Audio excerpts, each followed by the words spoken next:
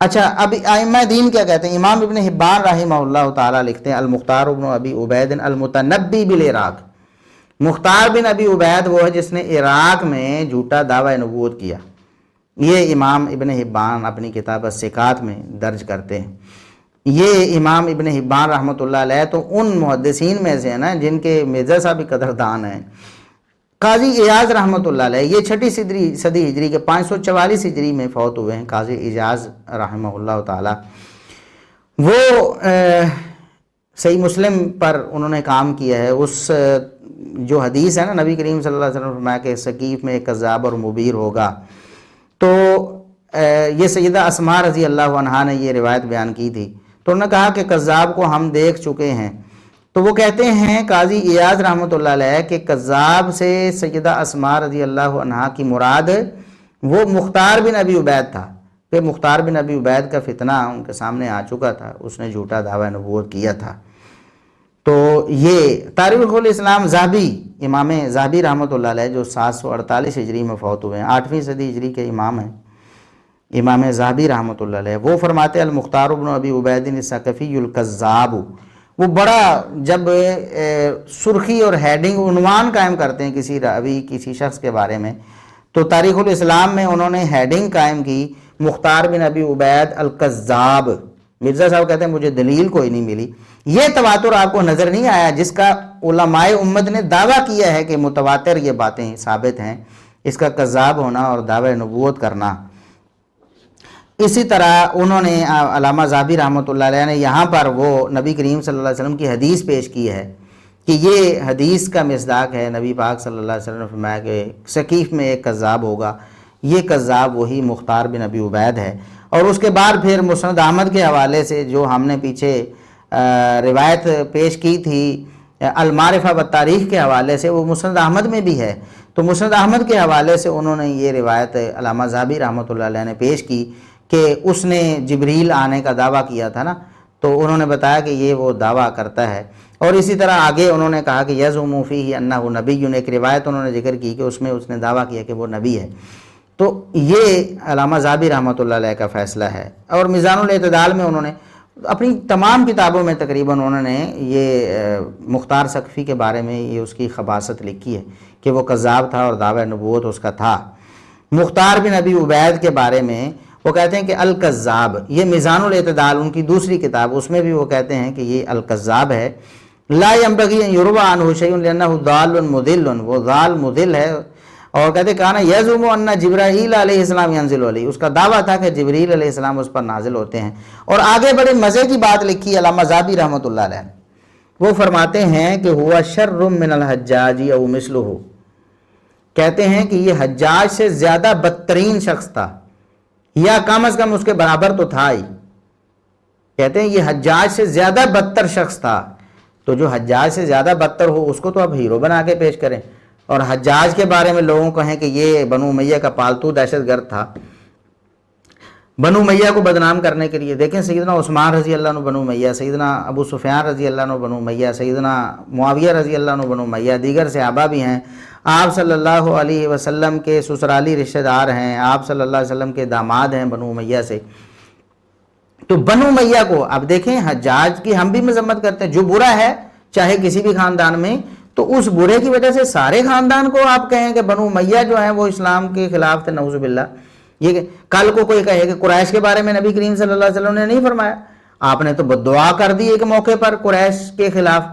حالانکہ قریش کے کچھ لوگ تھے نا وہ جو بدماش، جنہوں نے نبی کریم صلی اللہ علیہ وسلم سجدے کی حالت میں تھے تو لا کر بچہ دانی اونٹنی کی پھینک دی. تو اللہ کے رسول صلی اللہ علیہ وسلم نے فرمایا کہ یا اللہ قریش کو تو برباد کر دے. تو کیا قریش سے پورا خاندان ہے قریش مراد تھا جس میں نبی کریم صلی اللہ علیہ وسلم بھی تھے؟ نہیں، بالکل نہیں، بلکہ مراد وہ لوگ ہی تھے جو قریش سے تعلق رکھتے تھے. تو پورا ایک شخص کی غلطی کو یا چند افراد کی غلطی کو پورے خاندان پہ مسلط کر دینا، اس خاندان کو اگر آپ نے ہدف تنقید بنانا ہے تو پھر قریش سب سے پہلے ہدف تنقید ہوں گے جو نبی کریم صلی اللہ علیہ وسلم کا خاندان ہے.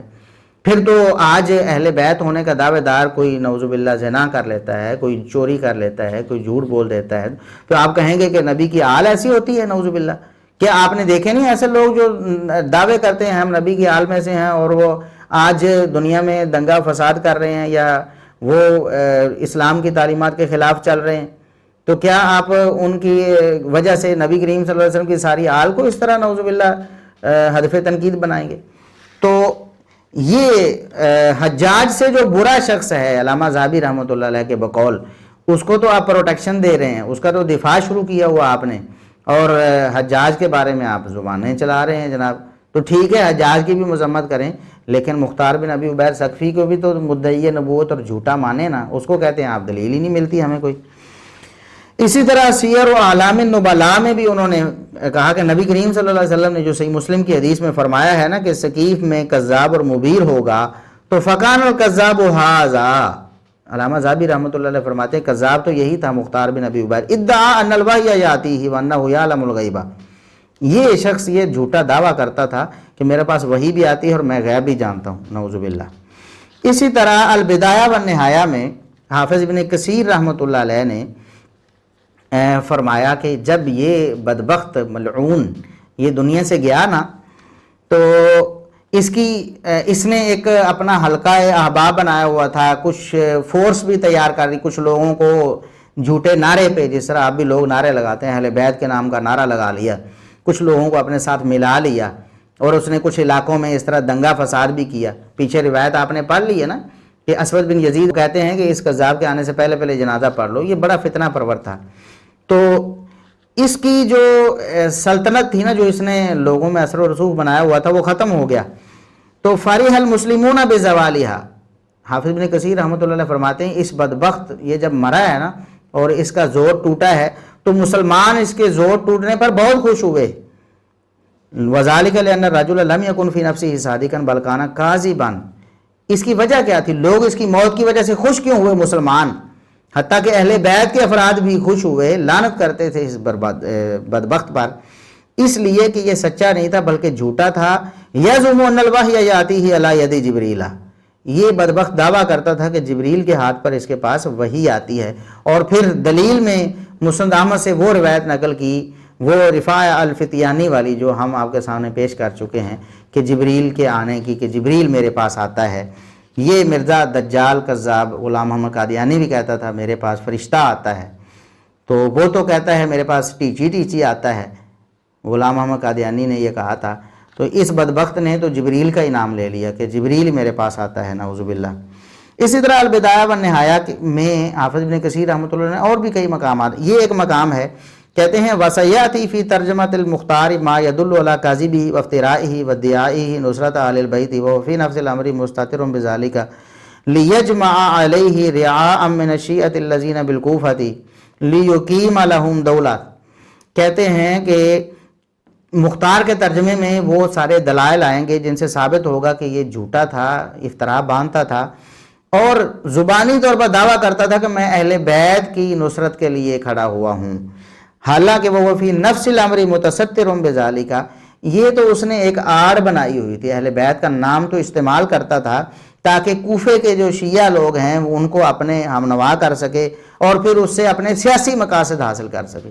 تو یہ جھوٹا سیاسی مقاصد کے لیے اہل بیت کا نام استعمال کرتا تھا، اہل بیت سے قطعاً یہ مخلص نہیں تھا۔ ثم ان اللہ تعالیٰ صلی اللہ علیہ من انتقام منہ، کہتے ہیں اللہ رب العزت نے پھر اس شخص کو اس پر مسلط کیا جس نے اس سے انتقام لیا۔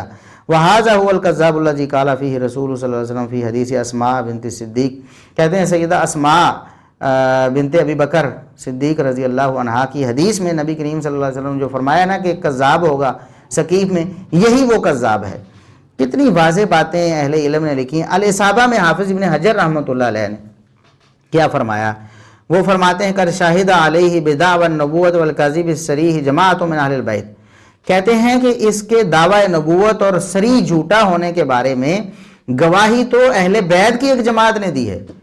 کہتے ہیں اہل بیت کی جماعت میں سے، اہل بیت میں سے بہت سے لوگ اس کو جھوٹا اور کذاب اور اس کے دعوی نبوت کے بارے میں گواہی دیتے ہیں کہ اس دجال نے دعوی نبوت کیا تھا اور یہ دجال جھوٹا تھا۔